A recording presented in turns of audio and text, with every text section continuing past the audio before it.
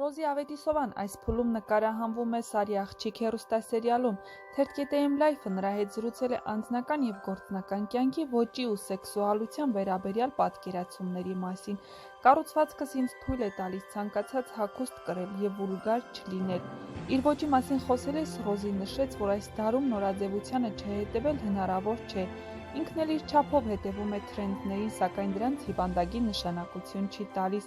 Արդյունքում ընտրում եմ այն, ինչն ինձ համապատասխանում է և ինքս գեղեցիկ եմ համարում։ Միշտ փորձում եմ հագածիս մեջ լինել բնական ու չխախտել իմ սկզբնական վիճակը։ Իմ կառուցվածքն ինձ թույլ է տալիս ցանկացած հագուստ կրել և վուլգար չլինել, ասաց Ռոզին։ Գռեհկության ու սեքսուալության սահմանը դերասանուհու համար չի սկսվում ու ավարտվում հագուստով, շպարով կամ ընդգծված բարեմասնություններով։ Նրա խոսքով սեքսուալությունը բոլորովին այլ երևույթ է։ Սեքսուալությունն առաջին հերթին էներգիա է,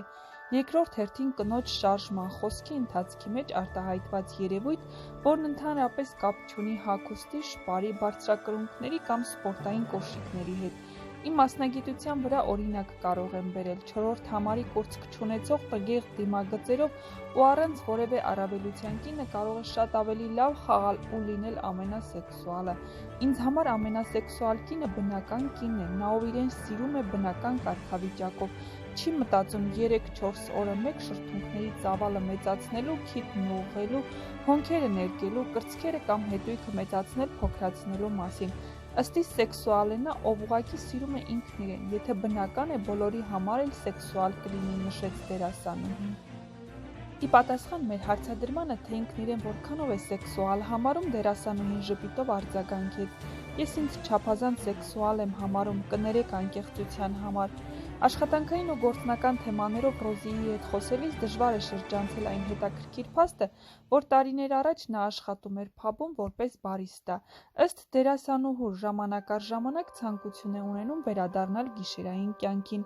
Ինձ համար այդ աշխատանքը եղել է հոբբի, երբ ցանկություն ունենամ, կարող եմ վերադառնալ այդ գործին։ Բարմեն աշխատելու փորձն ինձ իրականում շատ բան է տվել, օրինակ կենտրոնանալու կարողություն։ Երբ հանդիպում ես տարբեր տեսակի մարդկանց, ովքեր ոչ ադեկվատ վիճակում են, սկսում ես ավելի դիմացկուն դառնալ կյանքի տարբեր իրավիճակներում, ասաց դերասանուհին։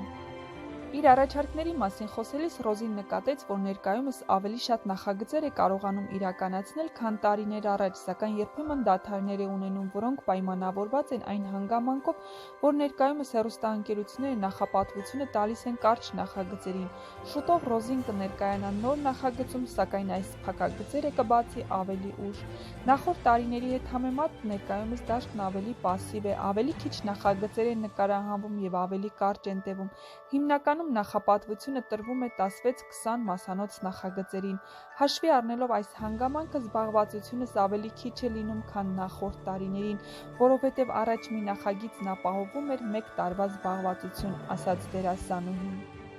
Ռոզիի խոսքով, առաջարկների դեպքում նախ հաշվի է առնում սցենարի հետաքրքրությունը։ Սցենարի մասին սկզբում եմ մտածում, որովհետև պետք է հասկանամ ինչ ենք անելու և ինչի համար։ Դրանից հետո շատ հարցեր կան, որոնցից մեկն էլ նկարահանող թիմն է։ Կարևորում եմ, թե ինչպիսի մարդկանց հետ եմ աշխատելու, հոնորարի չափը երևի վերջին կետում է, քանի որ այս ամենը հասկանալուց հետո եմ քննարկում այդ հարցը։ Իհարկե, եթե հոնորարը չի բավարարում ինձ, գուցե հրաժարվեմ նկարահանվել, ասաց դերասանուհին ու հավելեց, որ հետաքրքիր նախագծի դեպքում երբեմն ուշադրություն չի դարձնում հոնորարին։ Հեռուստատեսային համարձակության ու ֆիլմերում բաց տեսարանների հետ կապված Ռոզին սահմանափակումներ չունի, բայց պետք է տեսարանն էսթետիկ լինի։ Եթե ֆիլմում ես ունենամ տեսարան, որտեղ առանց ինձ փոխարինող կասկադյորի պետք է շատ բարձր տեղից թռչեմ, դա ինձ համար կլինի համարձակ տեսարան։ Ես համբույրի կամ բաց տեսարանների հետ կապված որևէ խնդիր չունեմ, դա նախապես համաձայնեցվում է ռեժիսորի հետ, հասկանում եմ, թե էսթետիկ տեսանկյունից ինչ արդյունք ենք ստանալու, ասաց դերասանուհին ու ի պատասխան մեր հարցադրմանը, թե ինչ տեսարանում երբեք չի խաղա, ասաց. «Երբեք չեմ խաղա տեսարանում, որտեղ ստիպված կլինեմ տանջել կենդանիներին։ Սա վստահաբար չեմ անի, միանգամից կհրաժարվեմ, բացի սրանից չկա հստակ մի կերպար, որը չեմ խաղա»։ Ավելի վաղ հարցազրույցներից մեկում Ռոզին տեսակետ էր հայտնել, թե յուրաքանչյուր մասնագետ պետք է իր գործով զբաղվի։ Հաշվի առնելով, որ դերասանուհին նկարահանվում է այնպիսի նախագծերում, որտեղ հաճախ կարելի է հանդիպել դերասանի կրթություն չունեցող խաղընկերների, հետաքրքրվեցինք։ Արդյոք տարիներ անց շարունակում է նույն կարծիքն ունենալ։ Իրականում այո, շարունակում եմ նույն կերպ մտածել, սակայն հասկանում եմ, որ ժամանակի ընթացքում հեռուստատեսային պահանջները փոխվում են։ Հեռուստատեսությունն ունի իր պահանջները, որ ինչ որտեղ պետք է նաև շոու լինի, ինչն ապահովելու համար անհրաժեշտ են այնպիսի մարդիկ, որոնք բացի իրենց մասնագիտական ունակությունները կլինեն հետաքրքիր, գունեղ, կունենան տեսակ և կապահովեն վարկանիշ։ Այս ամբողջը հաշվի առնելով նորմալ եմ համարում, որ հեռուստատեսությունում հայտնվում են մարդիկ, որոնք չունեն դերասանի կրթություն ու տվյալներ, բայց իրենց գործի մեջ կամ ինչ շրջանակներում սիրված են, եթե նայենք պրոդյուսերների ստրատեգիայի տեսակետից ճիշտ է։